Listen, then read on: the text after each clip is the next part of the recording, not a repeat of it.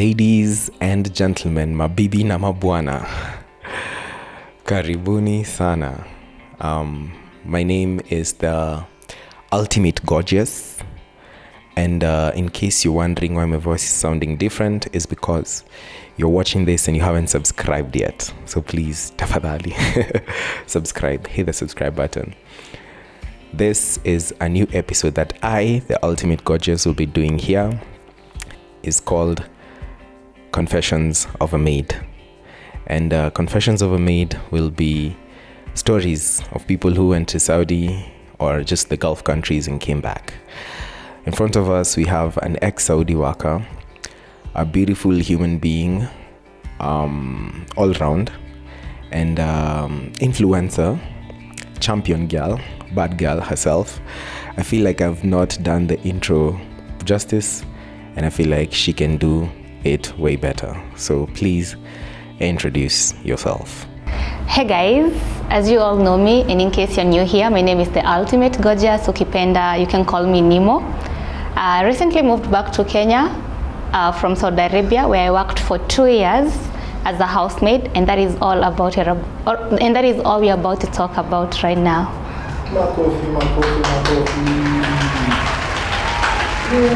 We'll try and make this a bit fun.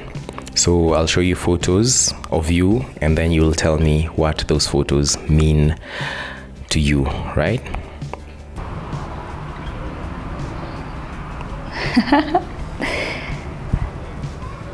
Thailand, Krabi, Thailand. Lived there for like 3 years. Yes, this was actually, I really enjoyed travel there. So I was always out and about over on weekends, on the move, hiking and all that. It was a good place. How did you find yourself in Thailand? How I found myself in Thailand? Whoa, crazy story. So after high school, I used to work next to my mom, trolley business. My eyes samosa smoky. So it's at an exit of a petrol station. So you find that you interact with people who drive, also sometimes people coming from work, cause pia kuna stage hapo, they buy from you. So there's this one customer of mine that I used to sell to, and we usually used to talk, like akibai, you're talking, he's like, how's your day, Nini? Then one day he was like, I really admire you and how you speak, because alikuwa aniongeleshanga na English. Akaniuliza, would you be interested to visit our office? I was like, what office? Now he told me what they do and everything, which is helping people travel. I was like, yeah, sure. I'll ask my mom and then I'll let you know, because I was still like a small girl. So I was just 18. I think I had just turned 18. Or even turning 8. No, that was after I had turned 18. Ilikuwa after I had turned 18. So see, I go to the office, he give us his number, I tell my mom about it. And then funny enough, when he said that they help people travel, and it's one thing I've always wanted to do, like I've always wanted to leave Kenya. So I was like, yo, this could be my chance. So I was so happy when I took it. Guess what? I even had a passport. So I had turned 18, Johnny nilikuwa na passport. I'm really glad that you talked about your mom. So this is a very good point for you to tell us about more about you. Tell us about your upbringing. How was it? I'm from a family of 4 people. My dad, my mom, my sis, and I. Growing up, yes. Growing up was fun, really fun.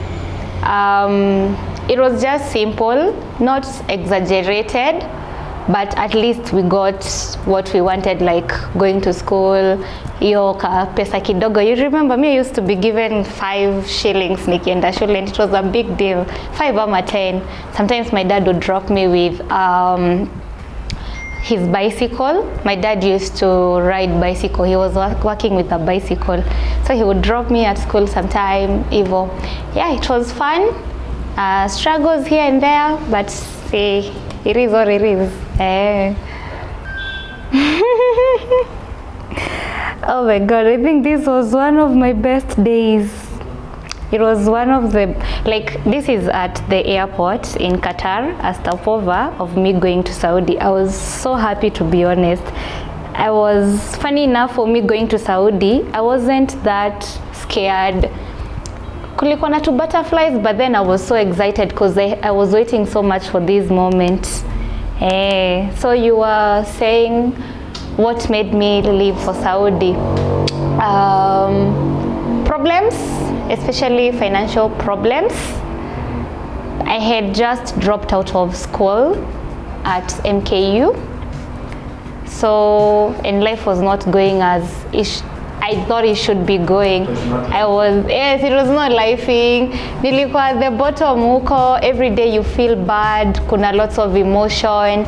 Being that nilikuwa nimetoka Thailand, nimerudi Kenya hoping things would have worked out, which they didn't. I was feeling like a piece of, so it really felt good. Actually, it really did feel good that I had gotten an opportunity at least to make do, because a lot was going on in my mind. So I was like, yo, this could be a good rehab. So nikwenda kuchapa job, I earn as I think about what I want to do next. So rehab and chasing the bag. All at the same time. Nice. Tell us about your first week in Saudi. First week in Saudi, first things first, I didn't even go to the house I was to go work in. So I was at the office, like home yao. So I've said this before even on my page, that I was working kwa mwenye ofisi, home yao. So that is where I went. I understand by the time I got to Saudi, there was nobody at the office. You're hosting the dorms, so they used to keep us in their house. Nilipata Mkenya huko.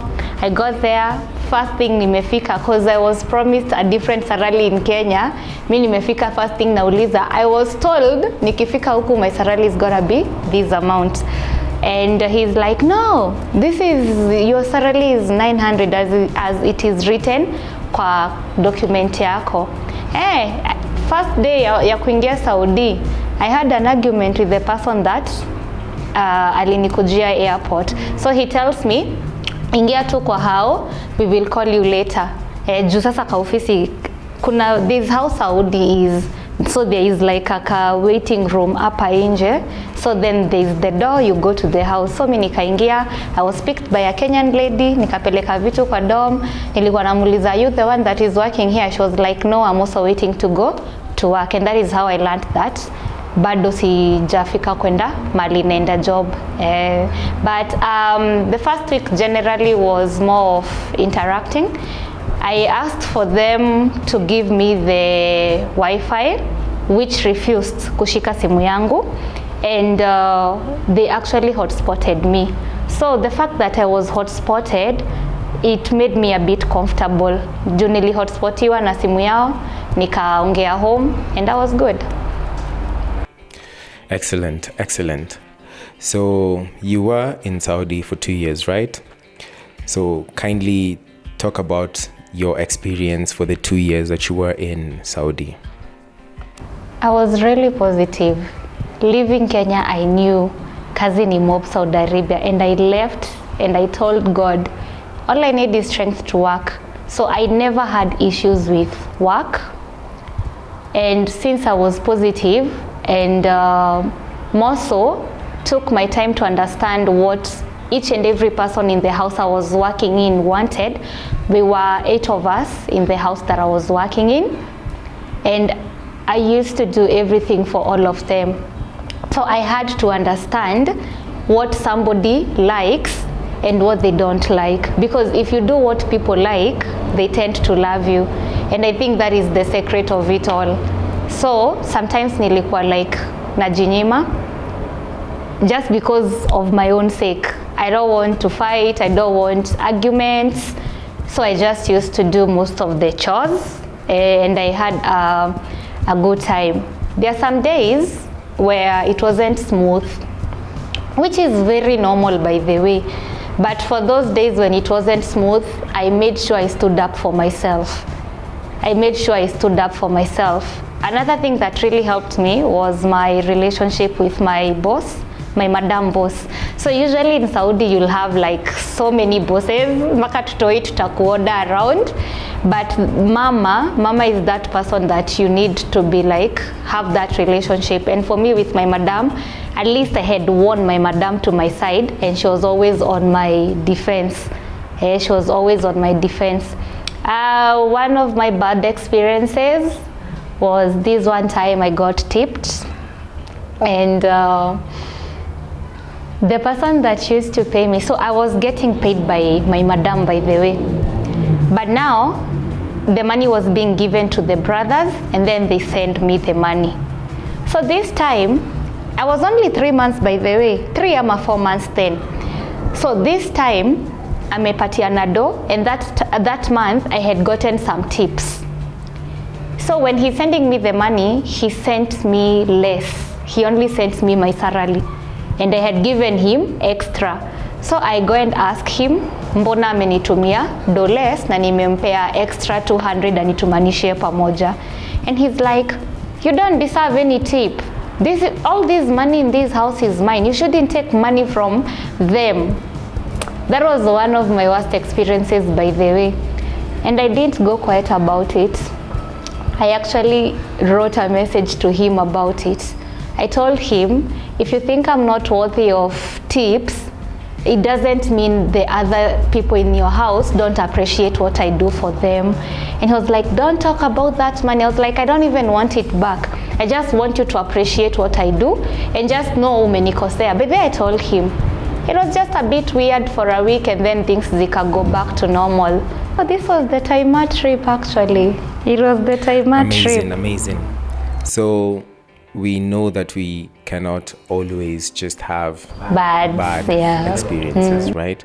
So kindly talk about your memorable experiences in Saudi. Every time I got out with him, like traveled. So for me, I'm really outgoing. And every chance I got ya kutoka nje, be it a road trip, be it moving around Saudi, be it long travels, if I ever got a chance, I was so happy. And it made me even feel part of the group. This place we once went to, Taimar, I think it's called Taimar. And it was one of the best places I think I went to.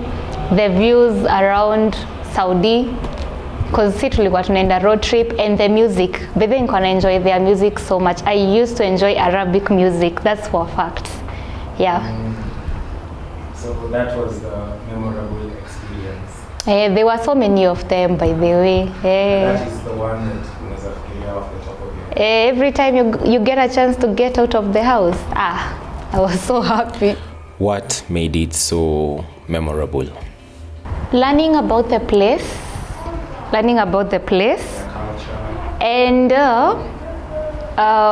they were also very friendly, the guides, and also because I speak English and they speak English but not English, they were so excited to interact with me.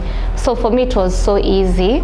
In fact, that day my bosses were like, nika wali boast na mimi somehow, because they were like, yo, our maid is, you know. I loved even the experience. How did that make you feel, like when they, like somebody's Good. I didn't feel like a maid, by the way. It made me feel so good. With all the experiences that you've just shared with us, how has going to Saudi impacted or changed you? How has it impacted me? How has it changed me? It has taught me, or let me first start with the lessons. Resilience. They are like, you have to accept, you have to go through the process. It's easy when you accept it, because if you're in denial, it keeps disturbing you. It was a good place to save, really. It was a really good place to save. It also was a good place. You're being given everything.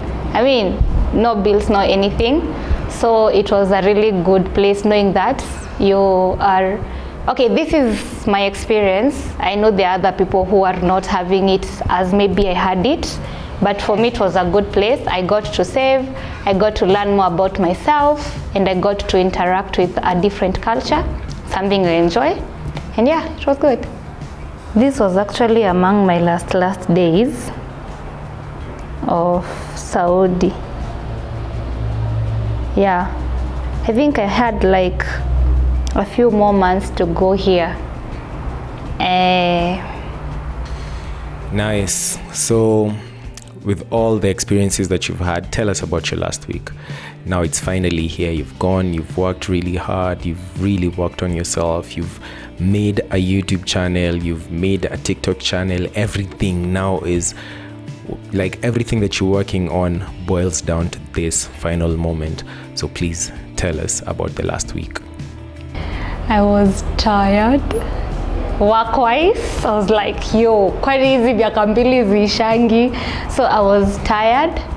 All I was thinking was just maybe leaving. I was excited to be coming home. Not really excited, but I was happy, to be honest, that I was going to be leaving.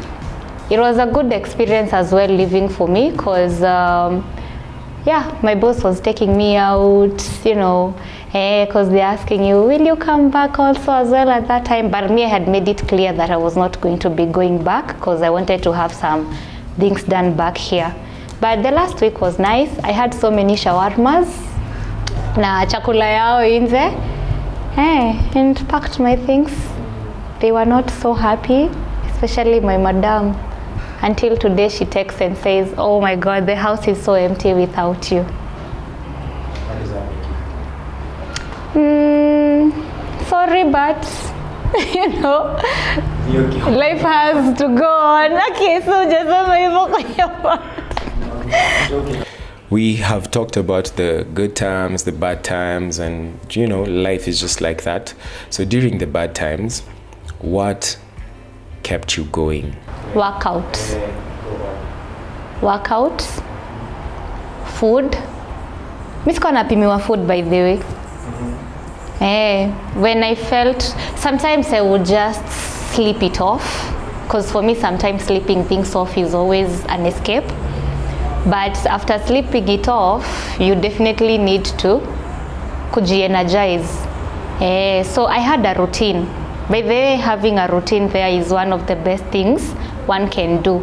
So my routine had like workout, meals, water, interactions online. I even had time for lives, posting. So you realize by the time the day is going, you have done so much.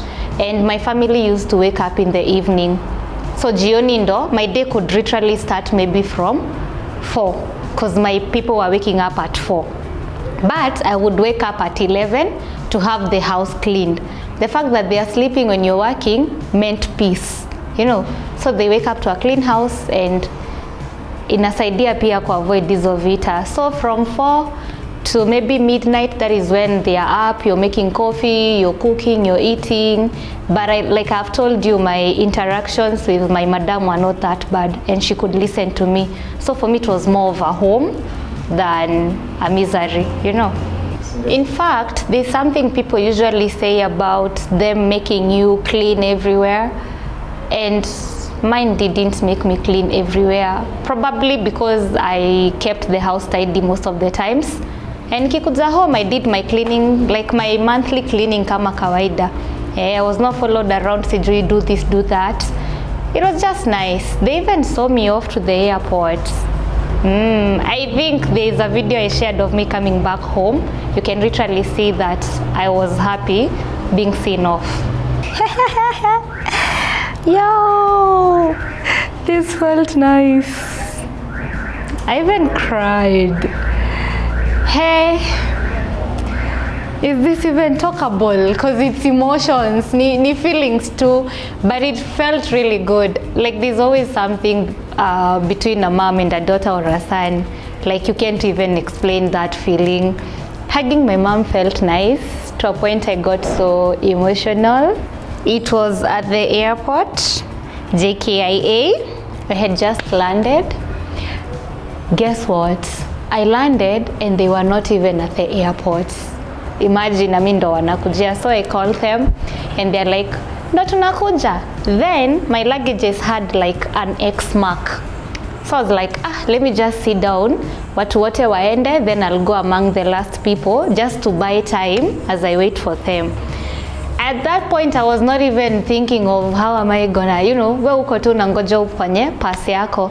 I did my pass and nikatoka, nikaketi hapo nje. Good thing my friend Tabi was at the airport earlier. Tabi got there first and now we were waiting for my mom and dad. So I had company as we waited. Wakakam. Nikawasalimia wote. When I saw my mom, I was like so excited. I can't even explain the feeling, but it was just joy. Joy, happiness, gratefulness that you're back, your mom is still there, everybody's just okay. It was just a lot of emotions, but good emotions. I cried, but it was also tears of joy. It was just, I feel poor. Amazing, amazing. So you said you left Nairobi to go to Saudi to work on yourself and obviously get the bag, but let us focus on the working on yourself bit. So you said you left to work on yourself, and over the 2 years you've noticed notable success on your social media platforms with over 160,000 followers across all social media platforms. How does that make you feel as a content creator? The fact that it's impactful gives me more joy. The fact that I've always wanted to be like a content creator and a successful content creator means that something also is growing and it makes me happy. And I can't really wait to see how good it can get. Like, I can't wait to see how good it can get. The fact that it has helped a lot of people, or maybe for those that it has helped, could be one, could be two, makes me even happier. And such a society it's a good thing. It feels good, actually. This month, YouTube is how many? Should be 6K after almost. I think it's So if it's not 6K, this is your channel. If I was to go to Saudi right now, how would I do it? I think the same way that I did it before. Walk head high. Don't be afraid. There's a reason why you're going to that family that you're going to. And if you're confident about it, because I was confident, but there I was confident. I was looking forward to it. I was like, when nipatie tu makazi zenye unanipatia nifanye. I was scared of finding a bad family, but I was more positive of finding a family that I blend in. And the fact that I was positive about it, I got exactly that. Go create a good relationship with them. Kaa kamende, wakati wako nje ka uko ndani, wakiwa ndani ka uko nje. Find your balance. All you need is to find balance and understand what exactly your employer is needing of you. Ikikam ni kubeba ufala, please don't agree. From the first day that you get there, just be you. The only way to survive there is to be you, to work hard, to, beat some things off your shoulders. Because those people tend to even forget they annoyed you real quick. Ukiannoyiwa usikuwe mtu wa kuibeba pia, because they forget as well haraka sana. Don't forget to carry your own things. Don't forget to have your bank set up. You can bring even your SIM card, because there's a way they can pay you through the phone. And yeah, you should just be good. Tuko hapa, in case of anything, don't hesitate to write to the Ultimate Gorgeous. You can write on TikTok, Instagram, wherever you want to write at. I'll see it and I'll respond as soon as I see it. Amazing, amazing, amazing. Ladies and gentlemen, the Ultimate Gorgeous. Thank you very much for gracing the first episode of Confessions of a Maid. And I'd like to commend you and thank you for being a blessing to others. I know you've come from far and you're headed even farther. So I'd like to commend you for all the progress you've been making, for all the good work you've been doing, and all the people you've been blessing. Thank you, and give you your flowers. That has been the first episode of Confessions of a Maid. Find more episodes every week, same place, same time, and we'll see you on the next one.